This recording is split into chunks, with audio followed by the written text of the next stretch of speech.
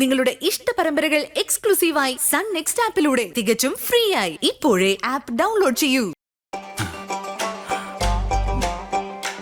റൂമിലേക്ക് വാ. എന്തിന്? വെറുതെ മിണ്ടിയും പറഞ്ഞൊക്കെ ഇരിക്കാലോ. അതെ, എനിക്കറിയാൻ വയ്യാഞ്ഞിട്ട് ചോദിക്കാം. പുരുഷനിപ്പൊ യുദ്ധമൊന്നുമില്ലേ? യുദ്ധോ? ഓഫീസിൽ ജോലിയൊന്നും ഇല്ലേന്നാണ് ഉദ്ദേശിച്ചത്. ഫുൾ ടൈം ലാപ്ടോപ്പിൽ കുത്തിക്കളിച്ചോണ്ടിരുന്ന ആളാ. ഒരാൾക്ക് ഇത്രയും മടി പാടില്ല എന്തായാലും. ഓ, നാളെ വ്യാഴാഴ്ച ആയതുകൊണ്ടാ ഞാനിന്ന് ലീവ് എടുത്തത്. അതിനെന്തിനാ ഇന്നത്തെ ദിവസം വെറുതെ കളയുന്നേ? നാളെയല്ലേ രണ്ടാം താലികെട്ട്? താലികെട്ട് മാത്രമല്ല, പിന്നെ നമ്മുടെ ഫസ്റ്റ് നൈറ്റും നാളെയാ.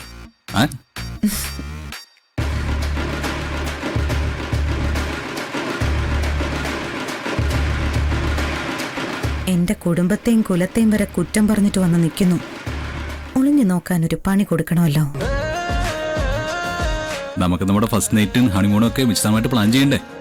അതിനാ ഞാനിന്ന് ലീവ് എടുത്തേ. അതിനിത്ര പ്ലാൻ ചെയ്യാൻ എന്തിരിക്കുന്നു? ഒക്കെ അങ്ങ് നടന്നോളും ഗൗതം. എന്നാലും ഡിസ്കസ് ചെയ്തില്ലെങ്കിൽ എങ്ങനെ ശരിയാവും? ഒരു ഡിസ്കഷന്റെ ആവശ്യമില്ല, എല്ലാം എനിക്ക് വിട്ടേക്ക്. ഒക്കെ നമുക്ക് മാനേജ് ചെയ്യാന്നേ. ഇതൊക്കെ നിനക്കെങ്ങനെ അറിയാം? ഒക്കെ ഇവിടുത്തെ അമ്മ എനിക്ക് പറഞ്ഞു തന്നിട്ടുണ്ട്. പിന്നല്ലാതെ ഇവിടെ ഞാൻ അമ്മ എന്ന് വിളിക്കുന്നത് ഗൗതമന്റെ പെറ്റമ്മയെ മാത്രമാണല്ലോ. ഗൗതമന്റെ ബയോളജിക്കൽ അപ്പച്ചിയെ ഞാൻ ആന്റി എന്ന് മാത്രമല്ലേ വിളിക്കുന്നേ. പാറു എല്ലാം നിനക്ക് പറഞ്ഞു തന്നു, പക്ഷെ എനിക്ക് ആരും ഒന്നും പറഞ്ഞു തന്നിട്ടില്ല. അയ്യോ പാവം ഗൗതം. അച്ഛനിവിടെ ഇല്ലാണ്ടായിപ്പോയി.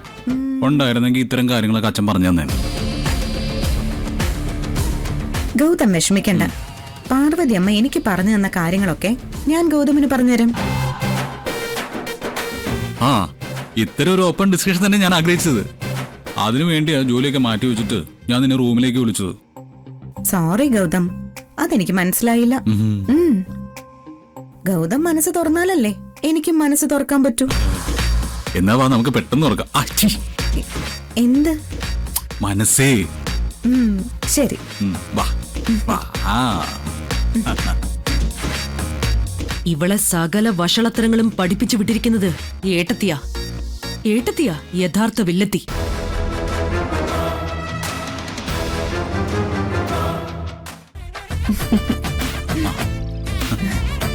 ഇരിക്കെ. ഇനി പറ, പാറു എന്ത് കാര്യങ്ങളാണ് നിനക്ക് പറഞ്ഞു തന്നത്? അമ്മ ഒരുപാട് കാര്യങ്ങൾ പറഞ്ഞു തന്നിട്ടുണ്ട്. കേക്കട്ടെ. അമ്മ പറഞ്ഞത് മുഴുവനും പറഞ്ഞു തീർക്കണമെങ്കിൽ ഒരുപാട് സമയമെടുക്കും. അതൊന്നും സാരമില്ല. ഇതിനു വേണ്ടി എത്ര സമയം വേണമെങ്കിലും മാറ്റിവെക്കാൻ ഞാൻ തയ്യാറാ. ഓ ശരി, എങ്കിലേ ആദ്യം മുതൽ പറയാം. നമ്മുടെ കല്യാണം കഴിഞ്ഞ ദിവസം മണ്ഡപത്തിൽ വെച്ച് അമ്മ എന്നോട് പറഞ്ഞത് ഞാൻ ഗൗതമിന്റെ ജീവൻ രക്ഷിക്കാൻ വന്ന ദേവതയാണെന്ന്.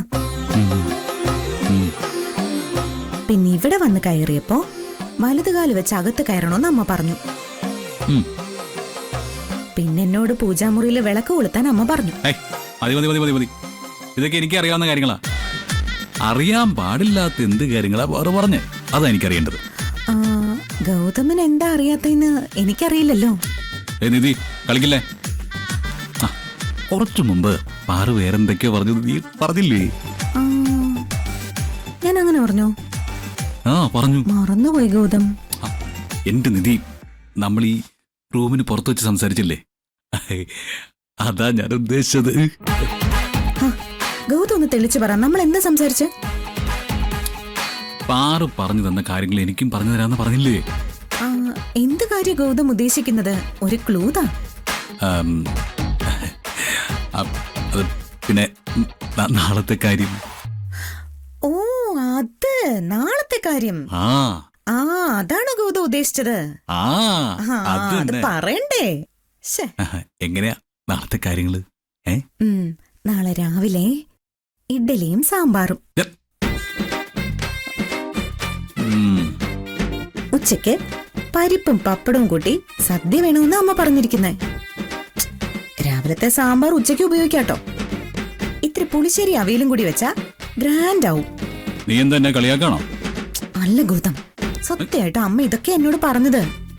ഇതൊരുമാതിരി വിശന്ന് തളർന്ന് ഉറങ്ങി ഒരുത്തിനെ വിളിച്ചുണർത്തിയിട്ട് ഊണില്ലാന്ന് പറഞ്ഞ പോലെ.